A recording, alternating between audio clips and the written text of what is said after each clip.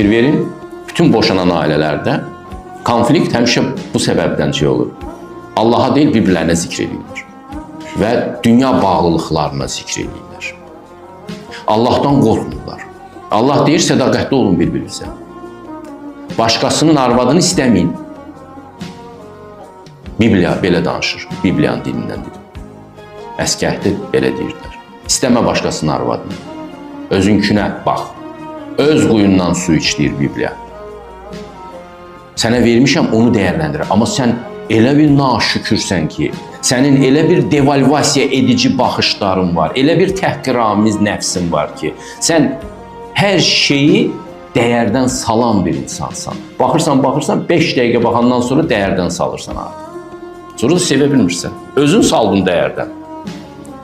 İstəyirsən sevgin əbədi olsun, dəyərə mindir gördüyünü. Hər gün şükür elə Allaha ki, nə yaxşı ki, bunu mənə vermirsən. Onda hər gün sənin gözünə daha gözəl görünəcək həyat yoldaşlar. Hər gün Allaha şükürləsən ki, Allahım, nə yaxşı sən mənə bunu vermirsən. Hər səhər duranda deyəcək, doğrudan necə mənim şanslı adamam, necə mənim bəxtim gətirir.